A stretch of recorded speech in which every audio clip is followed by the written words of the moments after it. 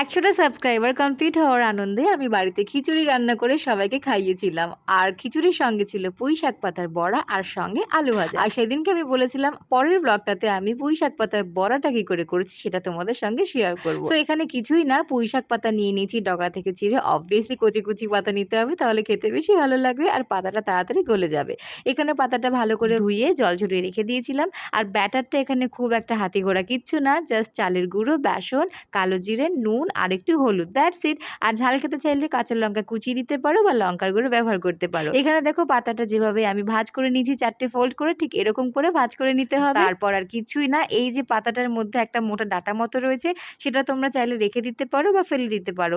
আমি ফেলে দিয়েছি কারণ পাতাটা অনেক পাতলা, তো তেলের মধ্যে দিলে কিন্তু খুব তাড়াতাড়ি বড়াটা হয়ে যায়। আর ডগাটা যদি মোটা থাকে তাহলে ওটা কিন্তু শক্ত রয়ে যাবে আর খেতে কিন্তু খুব একটা ভালো লাগবে না, তাই আমি ফেলে দিয়েছি। তোমরা চাইলে কিন্তু রেখে দিতে পারো। তারপরে ব্যাস গরম গরম তেলে বড়াগুলো সবকটা এরকম ফোল্ড করে করে ছেড়ে দাও আর ভালো করে লাল লাল করে এপিট এপিট করে ভেজে নাও। ব্যাস আমাদের পুঁই পাতার বড়া রেডি। এরকম করে তোমরা কিন্তু কুমড়ো ফুলের বড়া, কোনো ভেজিটেবল সবকিছুই কিন্তু রান্না করে বড়া করে খেতে পারো। খেয়ে দেখবে বাড়িতে খুব কিন্তু সুন্দর লাগে।